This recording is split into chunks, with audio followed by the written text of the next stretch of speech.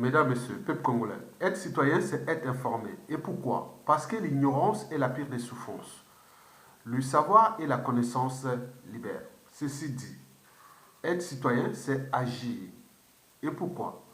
Parce que seule la lutte libère. Ceci dit, je vais ici vous poser la question de savoir pourquoi les lendemains de Sassou Nguesso et de son clan au pouvoir seront-ils difficiles et comment? C'est ce que je vais vous répondre. Mais avant de vous donner des conseils à Sassou Nguesso et aussi au peuple congolais, je vais devoir vous alerter, puis éveiller les consciences des Congolais au regard de la situation au quotidien des Congolais devenant catastrophique. Le problème, c'est comme si les Congolais, individuellement et collectivement, tant au niveau civil, politique et militaire, ont renoncé ou abandonné leur pays. Et oui, ils ont abandonné leur pays. Ils ont abandonné leur dignité. Ils ont abandonné leur survie. Ils ont abandonné leur pays. Mesdames, Messieurs, peuple congolais, imaginez un seul instant, au vu de la situation au quotidien des Congolais, qui devient injuste, insupportable, intolérable, indigne, au vu du quotidien de nos compatriotes à Brazzaville, à Pointe-Noire, surtout dans les grandes villes. En ce moment, c'est la saison des pluies. Quand vous sortez du centre-ville de Brazzaville, conçu par les colons, vous rentrez dans les quartiers populaires. Vous pouvez parcourir tout le monde entier, vous ne verrez jamais une situation pareille dans deux villes, les deux principales villes d'un pays. Non, ce n'est pas possible. Mais ça devient comme habituel. On entend qu'on est congolais, on entend qu'on fait la politique, on entend qu'on est militaire, mais rien du tout, au lieu de se structurer, s'organiser et agir contre la tyrannie qui a laissé tout le monde dans les conditions de dignité, et ils sont là, tranquilles. On ne voit que les images, ah oui, qui se dit, mais c'est quoi ce peuple-là? Mesdames, Messieurs, peuple congolais, imaginez-vous un seul instant qu'on remplaçait ces opposants-là, congolais, qui sont en liberté depuis le coup d'État constitutionnel de 2015 et le hold-up électoral de 2016 suivi du terrorisme d'État dans le pôle avec tout ce qui s'est passé.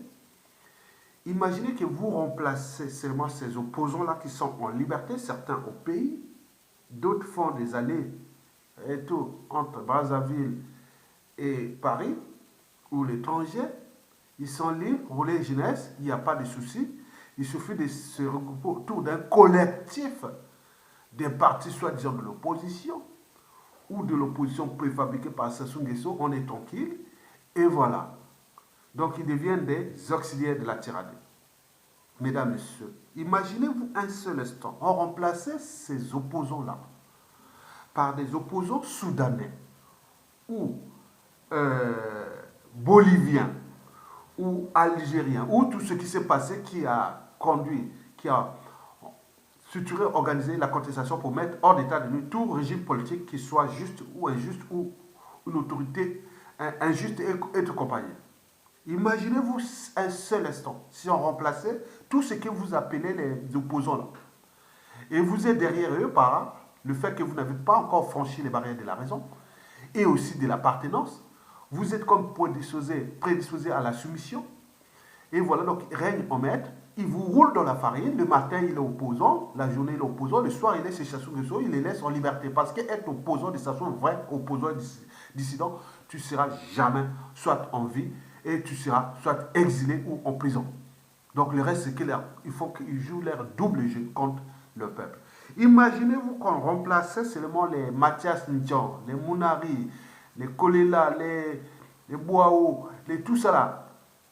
Oui, tous ils sont en liberté, puisqu'il y a d'autres qui sont en prison.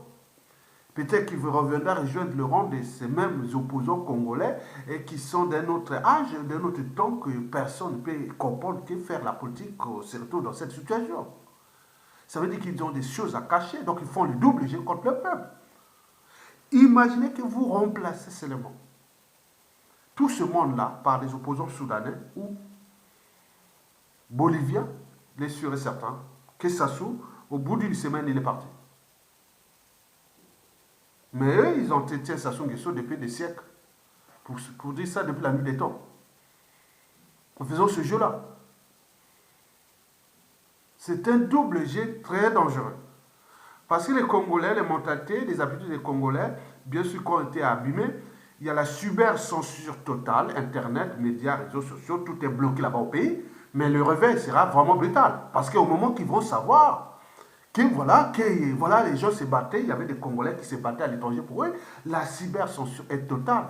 Au lieu, eux, en tant qu'hommes politiques, de prendre ces images au nouveau, trouver des nouvelles stratégies pour diffuser ça au niveau national, pour que les populations soient au courant, mais là, rien du tout. Ils sont en complicité avec les tyrans. Ils viennent faire leur discours et autres. Donc, imaginez-vous que vous remplacez ces opposants-là. Donc, par conséquent, ces opposants deviennent le problème des Sassou de Gage. On est bien d'accord. Donc, pour faire partie, Sassou ne comptez pas sur cette opposition. Bien sûr que ce sont des opportunistes. Au moment où la situation va se retourner, ils vont sortir là, ils vont venir vers vous. Mais à un moment, on va se trouver dans une embrouille. C'est les raisons pour lesquelles je vous dis que la suite de Sassou Nguesso risque d'être problématique, puisque nous avions ces mauvais, trop mauvais pour être utiles à l'intérêt du peuple. Ils sont là, ils essaient de tourner, ils vont revenir là, ils font le jeu. Mais quand on essaie un peu de dire non, mais écoutez, vous êtes mauvais, vous n'êtes pas bon, ou vous. Alors là, on rentre dans le tribalisme, dans beaucoup de choses, comme si la citoyenneté, il n'y a que eux, la politique, il n'y a que eux, alors qu'ils ont complètement échoué depuis des années. Ils ne sont plus crédibles. Les Mathias Ndjan, les Mukwege, les Mounari, les Kolela, et tout ce monde-là, qui sont en liberté. Peut-être que ça va aussi adjoindre les Mokoko, aux commissaires, ça, s'ils seront libérés, s'ils ne prennent pas aussi les responsabilités. Donc nous sommes avec une classe politique qui est quand même d'un autre temps avariée, qui ne peut même pas agiter même pas 1% de leur fonction cognitive pour structurer, organiser une contestation. Bien au contraire, ils sont du côté de la tyrannie, ils deviennent des auxiliaires aussi de la tyrannie. Donc il faut alerter les gens que cette opposition, si vous comptez sur cette opposition, vous allez rester là, ça soit encore 2021. Le pays complètement détruit. Retenez bien. C'est une classe des quadriplans. La note générale de cette classe politique est de 2 sur 20, comparée à la moyenne africaine de 10 sur 20. Arrêtez. Mesdames, Messieurs, le peuple congolais, imaginez un seul instant, vous remplacez ces militaires congolais-là par les militaires boliviens, ou soudanais, ou autres, où les armées sont encore plus puissantes que la nôtre. Il est sûr que ça s'ouvre, bon, on aurait pu les raisonner déjà. Ils partaient. Mais là, les armées là, ils s'indignent. Oh non, on n'a plus les matériels. Non, on ne va pas se battre. Il suffit de sortir l'armée partout. On est une armée. On respecte l'institution, on respecte la tenue, on respecte. Non, on ne peut pas laisser ça, que notre président élu, un officier supérieur des armées congolaises soit souillé, emprisonné. Que nous, quelle sera encore l'essence et la signification des armées au Congo au moment que Emile Mokoko, un officier général qui attend, mais il y a un problème, président élu, et en plus vous l'avez voté en 2016. Mais il y a un pardon. Donc il faut se dire que si on remplaçait ces armées-là par les armées soudanaises ou boliviennes, ça sera déjà parti. On est bien d'accord. Même en burkinabé ou même algérien, oui, ça sera déjà parti. Parce que les conditions de vie là-bas, on ne peut pas accepter ça. C'est intolérable pour ces peuples-là ou sous ces armées. Maintenant, enfin, si on remplaçait les populations de la ville de Brazzaville par les populations de Khartoum ou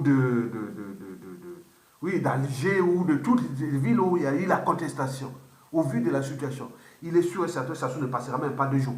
Il sera parti. Et si on remplaçait cette population de Brazzaville là par les gilets jaunes en France, Français qu'on a vu les gilets jaunes ou les Européens, vous aurez vu, ils vont créer des situations de guérilla contre les policiers ou autres, trouver des trucs, les attirer, le cerveau agit avec les moyens de les mettez seulement là, mettez même pas 10 000 Européens, mettez là dans Brazzaville avec la Fox Police là, ils vont me foutre eux-mêmes parce qu'ils vont agiter, ils vont trouver des stratégies, des autres, venez, venez, venez. Et des guet-apens, non, attends, ils vont fuir. Pourquoi ils continuent à détruire leur propre pays en complicité avec les tyrans? Parce qu'il faut tenir compte de notre topologie. Je vous l'ai dit que nous sommes un peuple de moutons, plus ou moins intelligent, peu structuré, moins organisé, pire encore. On n'est pas courageux. C'est le pire, on n'est pas courageux. Notre sang au niveau du courage n'est pas bon, n'est pas bon. N'est pas bon. Il faut que nous soyons devant les faits accomplis où on ne peut plus rien faire, après on réagit. On ne peut pas anticiper. Ces structures s'organisent et disent non, mais il y a un souci, ça peut partir. Aujourd'hui, nous sommes aujourd'hui le 12 novembre 2019. Ça peut partir aujourd'hui ou demain. Pourquoi il n'a jamais été aussi faible? Mais pourquoi il tient? Il peut tenir encore fin 2019 et aller 2020 tranquillement et vous restez dans la mer. Un être mortel qui va partir vous laisser une merde. Qu'est-ce que ça peut faire? Dans ces conditions, ça donne des idées à d'autres. Il faut se dire que moi, j'ai désormais un autre regard envers ces bantous congolais. Et la situation n'est pas que congolaise, de Brazzaville, mais on voit aussi au Gabon, au RDC Congo, on voit au Cameroun et partout. Dans ces bassins du Congo, l'Afrique centrale, nous avons une anthropologie qui n'est pas bonne. Le manque de courage. On est des jouissants. On ne peut pas se sacrifier. On dit ça sous nous tue. Mais ils vous tuent très bien. Mais pourquoi vous n'êtes pas capable de vous défendre? Tant pis pour vous. Mesdames, messieurs, le problème qui va se poser, déjà pour nous, parce que Sassou va briser des vies, il va encore laisser les gens vont mourir d'indignité et autres. Mais après Sassou Nguesso, c'est ça le danger pour eux. Parce que M. Denis Sassou Nguesso, M. le clan du dictateur, M. Poimpa autour du régime, imaginez le jour où Sassou va passer, tomber. Je suis sûr et certain, vous serez dans la merde totale. Pourquoi? Parce que déjà les Congolais, pour leurs propres conditions de vie, ne sont pas capables de s'entendre pour aller dire non, on est contre, finir, oser dire non à l'injustice, à l'oppression et agir. Mais là, ils sont l'indignation totale, les renoncements. Ils sont là, ils sont en train de pleurer, par exemple, pleurer là-bas au pays là-bas. On voit les bouts qui rentrent dans les maisons et tout compagnie. Ils n'ont même plus de pouvoir d'achat depuis déjà 3 ans. Ils n'ont même plus tout, c'est du jamais vu, mais ils ne peuvent pas réagir. Et à ce moment-là, si vous avez un malin qui prend le pouvoir, dit non, le peuple vient commencer à m'occuper de vous. Par contre, ces gens-là, je vais les attaquer frontalement. Vous pouvez créer une injustice du jamais vu au niveau de l'injustice contre ces gens. Le peuple sera là, toujours là. Oui, ils en ont cherché, hein. Ils en ont cherché, alors que non.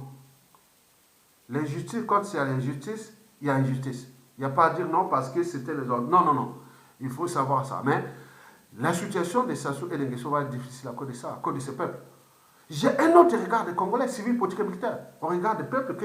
Moi, j'ai des années en France, ou en Occident, j'ai vu qu'il y a une autre... Il y a quelque chose qui est dans le sang. La liberté, ça se mérite. Elle est déjà dans le sang. Mais aussi dans la tête, parce que ça séduit qu'on transmet les valeurs de liberté, de dignité, de justice et autres. Très bien. Mais là, nous avons ce problème-là. Sassou vous a entraîné ou conditionné dans les conditions d'indignité. Et civils, politiques et militaires ne peuvent pas faire jouer le jeu de... Voilà. Et puis encore, vous avez par exemple vu voir en Occident ici, des Congolais qui sont en France, en Allemagne et autres, passés sur les médias et les réseaux sociaux, nous insulter. Copieusement, aller même attaquer ma famille, mon père, maintenant, alors qu'ils n'ont jamais été en politique, un peu prison, ils ont insulté copieusement. Ils sont là ici en France, en Occident, en Allemagne et partout. Mais c'est le paradoxe.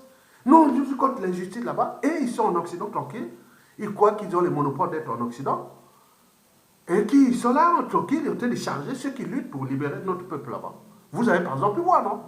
J'ai des noms, je n'oublie jamais. Je n'ai pas une mémoire courte, je les connais. Je les présente au moment venu. Mesdames et messieurs, peuple congolais. Donc nous devons nous entendre pour le faire partie. Il n'est plus temps de s'indigner. Il doit maintenant d'agir, civil, politique et militaire. Soyez comme des Boliviens, où les 3 semaines de contestation et l'armée a rejoint le peuple. C'est toujours comme ça, c'est toujours le peuple qui commence et l'armée rejoint. Historiquement, toujours comme ça. Vous avez vu au Soudan, pareil. Le peuple commence, l'armée rejoint. Au Burkina Faso, pareil. Le peuple commence, l'armée les rejoint. En Algérie, pareil. Le peuple commence, l'armée les rejoint. En Corée du Sud, pareil. À chaque fois qu'il y a une période de rupture, elle commence toujours par le peuple. Et là, nous avons 2 problèmes. D'abord, cette opposition politique qui nous empêche de se structurer parce qu'ils ont pris parti politique et qu'ils ne savent pas qu'est-ce que c'est ces partis politiques. Et puis, la situation de notre anthropologie politique, sociale et culturelle qui n'est pas bonne. Nous, en tant qu'humains congolais, on est incapables, on n'est pas capables de se structurer, de s'organiser, de s'entendre ensemble pour faire partie le mal. Bon, donc, nous sommes là pour vous motiver. L'information, la dernière et la nouvelle, c'est que tout est cyber-censuré au Congo-Brazzaville. L'Internet ne passe plus. Tous les médias, toute la cyber-censure est totale. Donc, ce que nous parlons ici, c'est que les messages ne passent que pour les Congolais, l'opinion internationale, mais il y a des Congolais qui font des va-et-vient entre Brazzaville et l'étranger. Mais il y a aussi les services secrets des gens de Mikokemba. Écoute, il y a des gens du Nord au Sud, il y a quelques informations qui arrivent. Les opposants sont au courant de ce que nous disons. Puisque quand nous les contestons, et ils sortent de leur terrier ou tanière ou de leur sommeil, ils viennent en parler, c'est qu'ils reçoivent les messages. Pourquoi ils ne prennent pas ces vidéos que nous voulons les découper ou l'envoyer aux populations pour qu'ils soient au courant que non, voilà la situation. C'est un problème de structuration, d'agitation neuronale, c'est-à-dire du cerveau. Le cerveau n'est pas un fardeau, c'est une ressource. C'est une arme, le cerveau. Mais vous avez baissé vos fonctions cognitives parce qu'ils savent bien qu'ils sont au service de la tyrannie. Et nous l'avons bien compris. Mesdames, Messieurs, ceci dit, peuple congolais, pourquoi les lendemains de Sassou Nguesso et de son clan au pouvoir seront-ils difficiles? En effet, le dictateur Sassou Nguesso et son clan au pouvoir tyrannique doivent en tenir compte de ces 5 conseils essentiels concernant leurs lendemains qui seront difficiles. Le premier conseil est qu'ils devraient déjà faire la lecture de la chute des dictateurs et se dire que dans 97% des cas, le sort que le peuple va leur réserver sera punitif. Par conséquent, Denis Sassou Nguesso et son clan doivent maintenant commencer à visionner les images, par exemple, de la chute de Benito Mussolini en Italie, quand son corps fut traîné dans les rues, et d'Adolf Hitler qui s'est suicidé, d'Evo Morales en Bolivie, que la situation est là, il cherche l'exil au Mexique, que la maison a été saccagée, que les opposants, les dignitaires, on a brûlé leur maison, on a pillé, autre, comme j'ai dit, que la chute d'indicateur, dans 97% des cas, apporte le chaos. Et donc, vous avez aussi vu la chute de Ceausescu, Nicolas Ceausescu, en Roumanie, en 1989, où après un tribunal sommaire, il est fait exécuter avec Elena. Il faut voir aussi la chute de Samuel Ndo, de Bokassa, de Mobutu, de Idi Amin Dada, de Pol Pot, de Duvalier en Haïti, de Blaise Compaoré. On peut tout, il y en a plein. Donc commencez à faire la lecture là. Ça va vous arriver, ça devrait arriver, mesdames et messieurs. De là, voir comment vont-ils finir leur tyrannie? Comment vont-ils être arrêtés? Quels seront les traitements infligés par les dictateurs et le peuple à leur sort? L'exil pour certains, ce sera comment? C'est fusé en Afrique, en Occident, ailleurs, donc on ne sait pas. Les suicides pour d'autres. Et ensuite, il faut dire les derniers jugements et enfin les conséquences qui vont suivre dans leur vie et train de vie à court et à moyen terme. Mesdames, Messieurs, deuxième conseil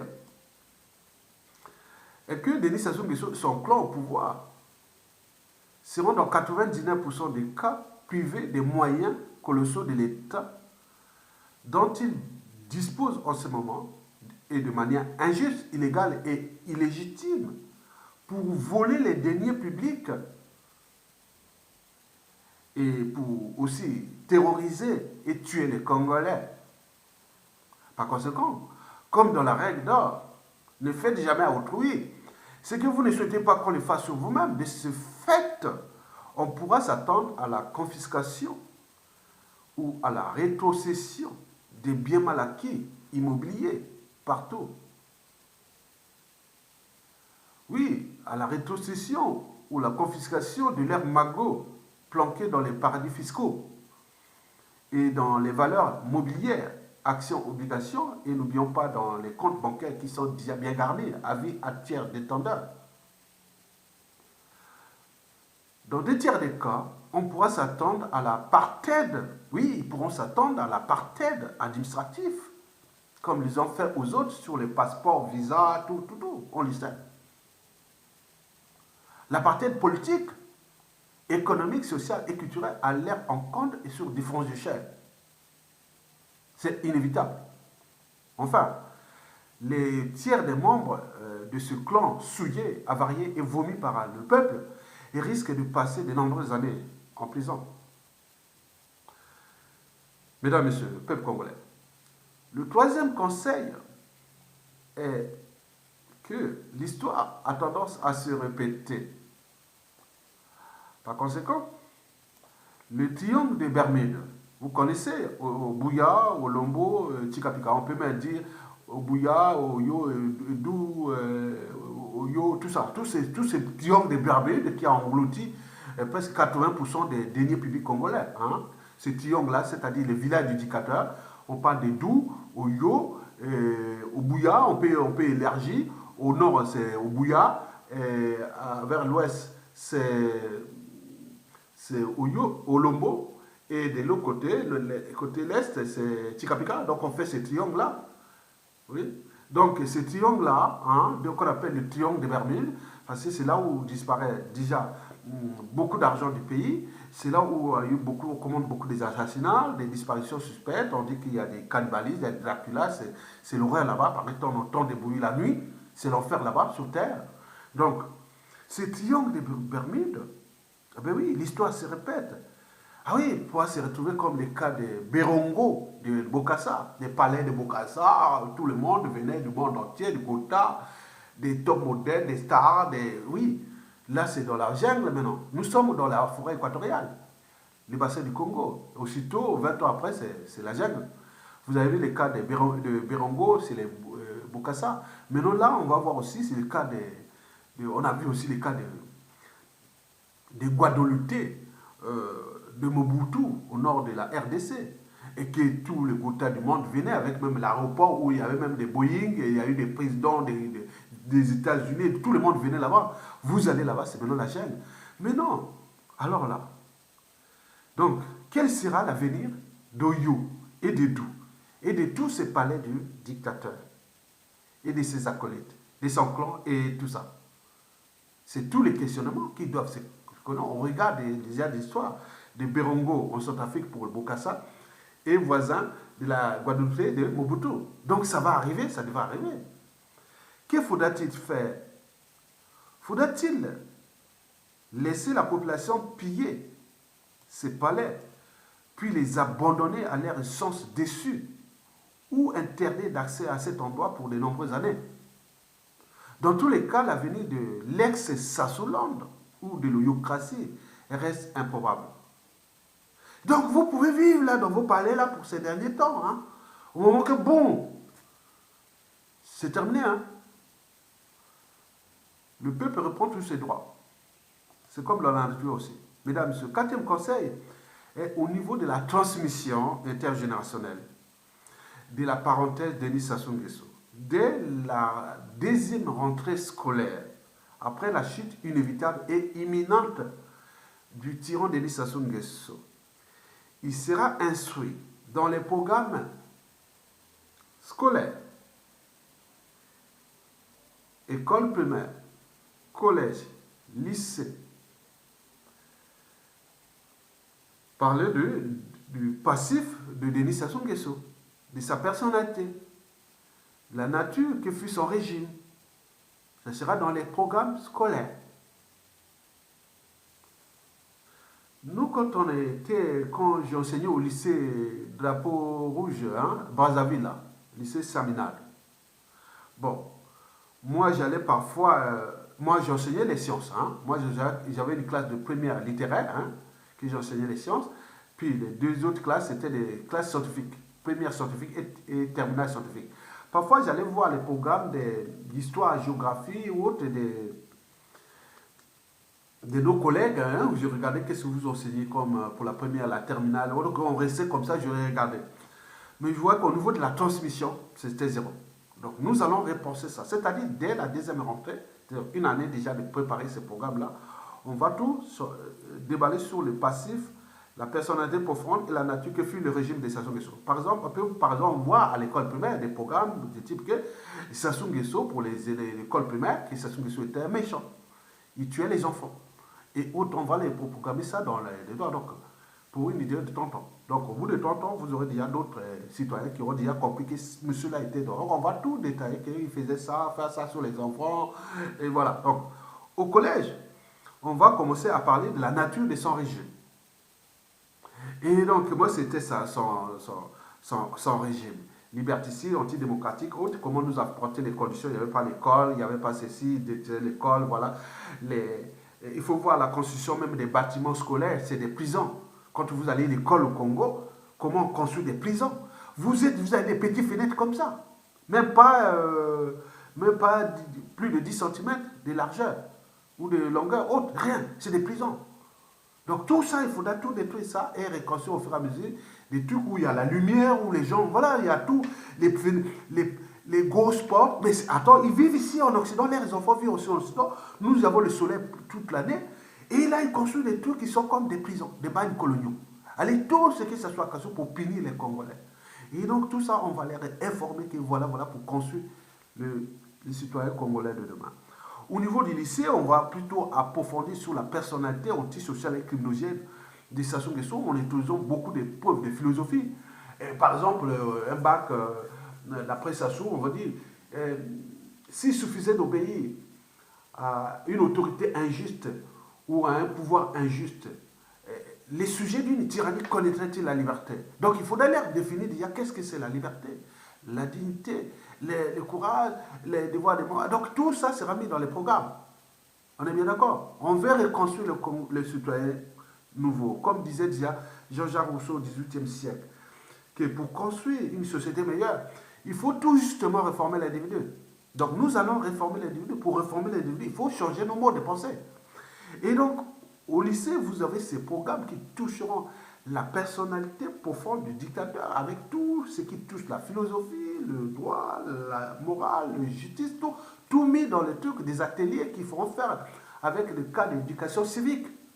Vous avez ça, ça va arriver. Donc préparez-vous, ça va arriver. Et n'oublions pas la population. La population au niveau de tout ce qui sera transmis au niveau de la morale et du quotidien sur ce qui fut Sassou Nguesso, pour que l'histoire ne puisse pas se répéter dramatiquement avec ces gens-là. Donc nous devons mettre des programmes, par exemple, de signalement ou de délation des gens mauvais qui sont là dans la population. Donc ce sera inscrit même dans le droit, que nous avons bien besoin de faire la délation ou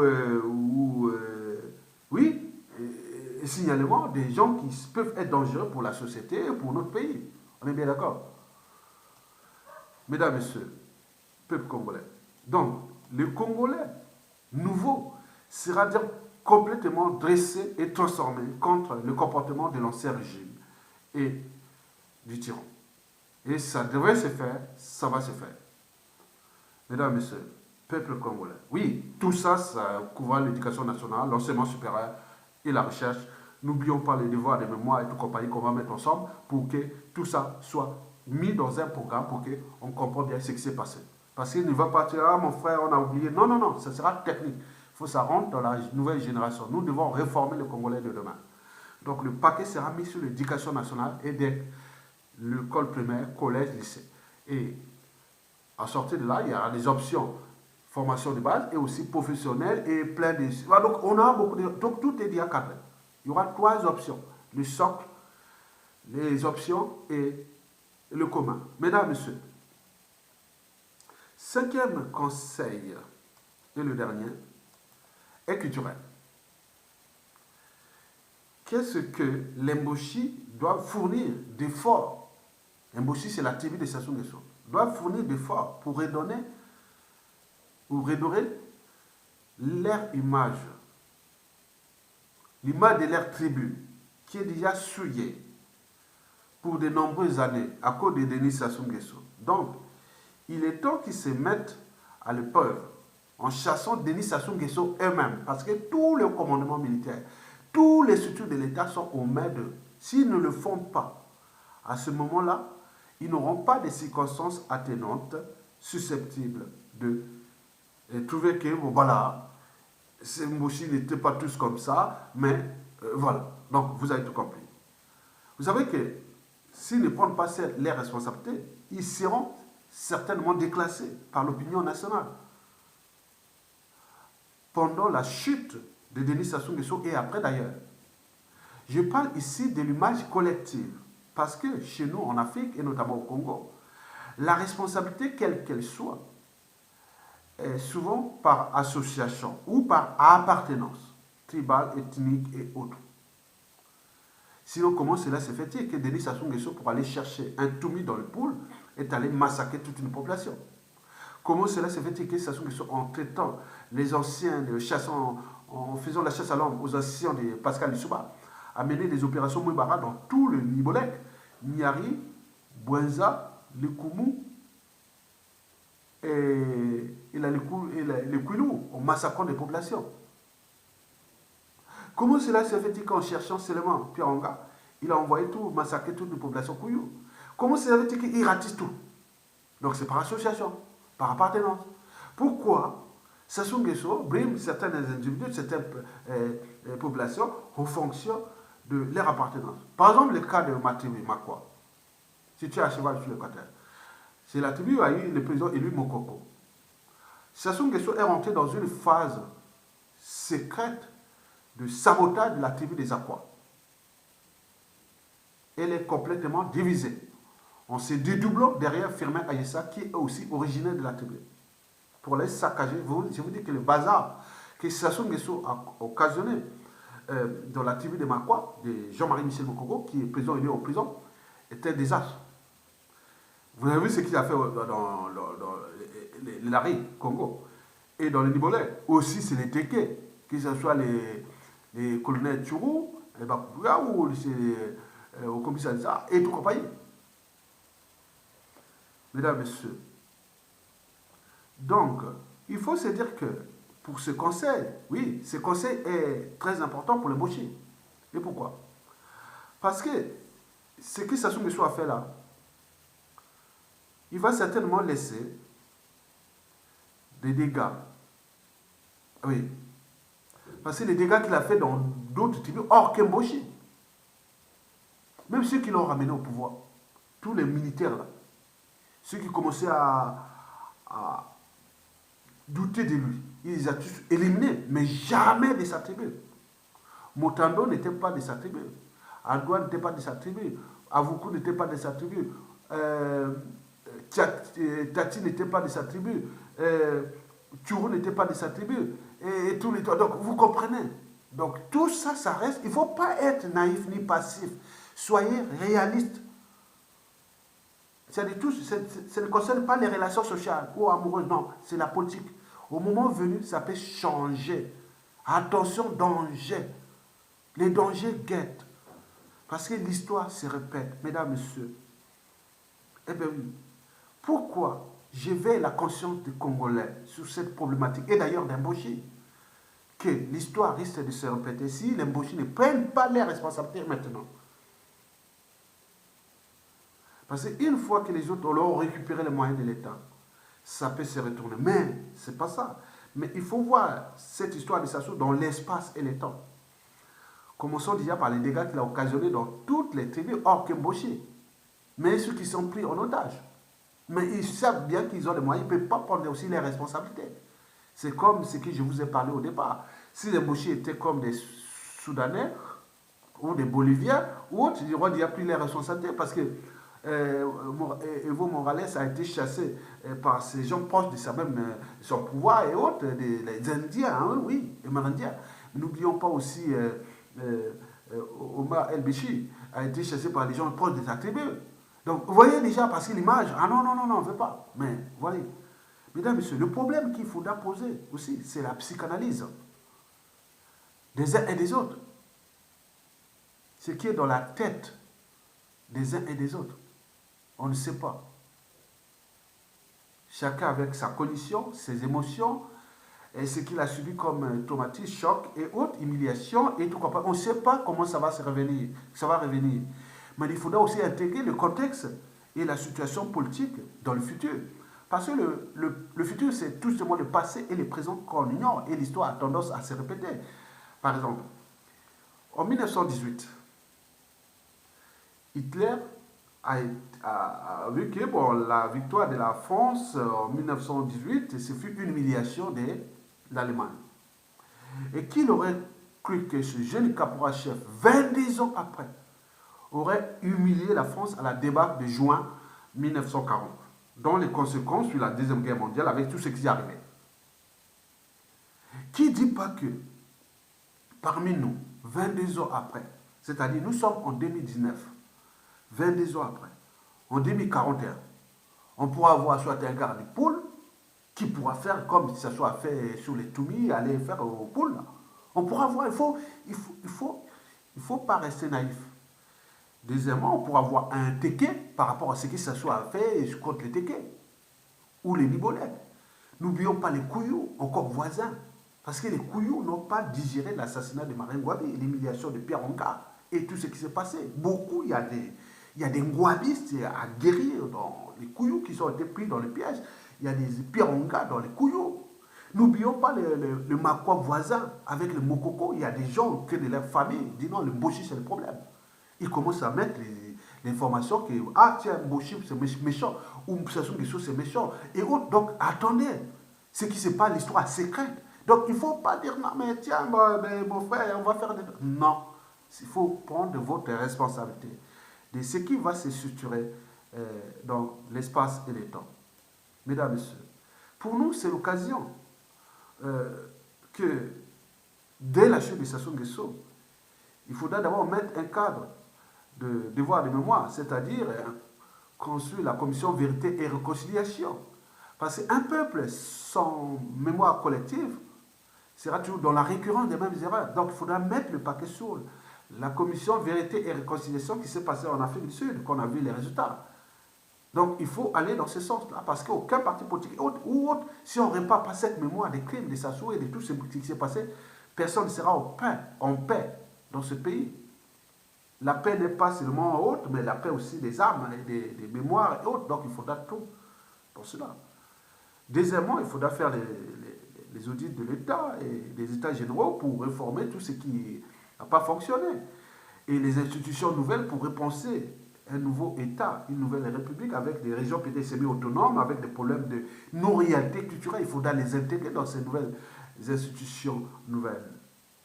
Et quatrièmement, repenser le Congo de demain. Et ça, c'est possible à l'échelle nationale, sous-régionale et continentale.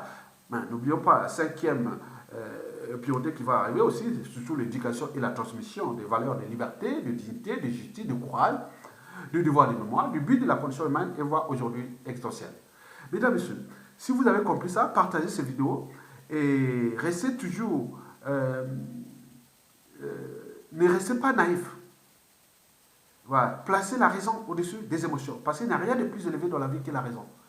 Placez la raison au-dessus de l'appartenance. Donc restez là. Donc j'ai des gens éliminés ici que je vois par-ci par-là. Donc on dit, il faudra encore tout repenser le Congo de demain. Et ce qui devrait arriver. Mesdames, Messieurs, je vous remercie et partagez la vidéo. Bonne journée à vous. Merci.